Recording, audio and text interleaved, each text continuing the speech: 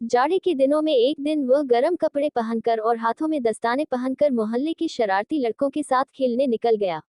वे लोग बर्फ पर फिसलने का खेल खेल रहे थे। उधर से जब लोगों की गाड़ियां गुजरती थीं तो लड़के अपनी फिसलने वाली स्लेजों को उनके पीछे बांध देते थे और दूर तक फिसलते चले जाते थे। किटी ने भी एक गाड़ी के पीछे अपनी स्लेज बांध दी और फिसलना शुरू कर दिया। उस गाड़ी में एक आदमी सफेद लबादा ओढ़े और मोटी सफेद टोपी लगाए बैठा था। वह आदमी बार बार मुड़कर किटी को अपने पीछे आने का इशारा करता था और किटी उसके पीछे पीछे फिसलता जा रहा था।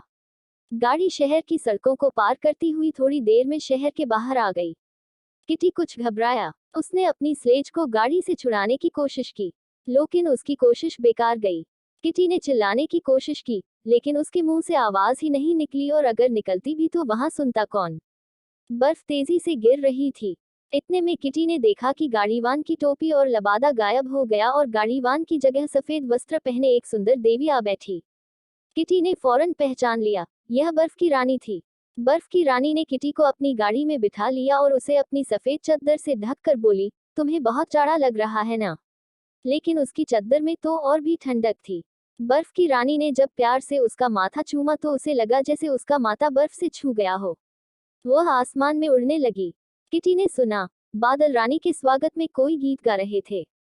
अब वे लोग बादलों के भी ऊपर उड़े जा रहे थे। बर्फ की रानी उसे बादलों के देश में ले आई थी।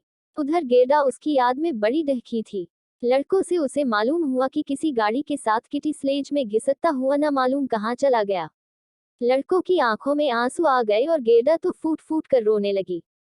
कुछ दिनों बाद जाड़ा खत्म हो गया। बसंत ऋतु आई। जब बसंत ऋतु की सुहावनी धूप गेरडा की खिड़की में आई तो उसे अपने साथी की बड़ी याद आई। एक दिन वह अपने लाल जूते पहनकर नदी किनारे जा पहुंची और नदी से पूछने लगी, क्या तुम मेरे भाई को बहा ले गई हो? मैं तुम्हें अपने ये नए नए जूते दूंगी, तुम मेरा भाई ला दो। इसके जवाब में नदी की लहरें अजीब तरह से हिलने लगी।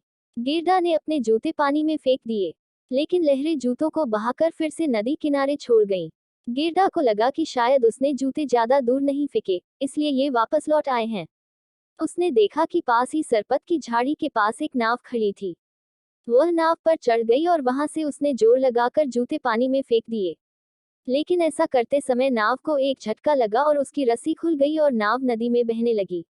गेरडा बड़ी घबराई, लेकिन नाव को रोकने का कोई चारा ही नहीं था। वह बड़ी तेजी से बही जा रही थी।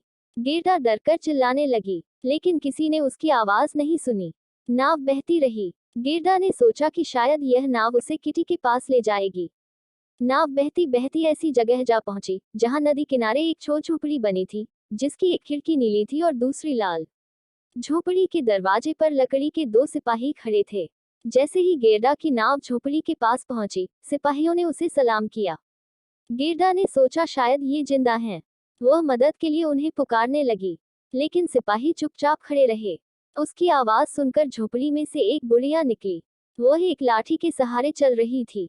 उसने अपनी लाठी से नाव को किनारे की ओर खींचते हुए कहा, हाय बेचारी लड़की, तुम कितनी दूर पानी में बह आई।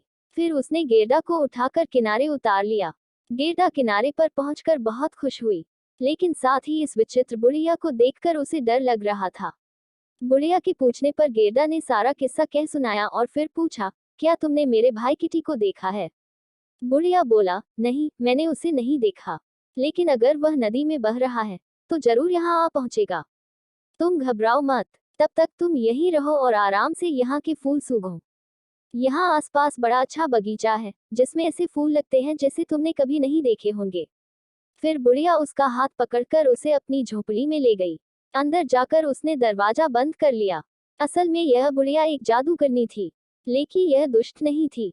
गेरडा के बाल संवारते संवारते वह उस पर जादू कर रही थी। वह उसे अपने पास ही रखना चाहती थी। धीरे धीरे गेरडा किटी को भूलने लगी।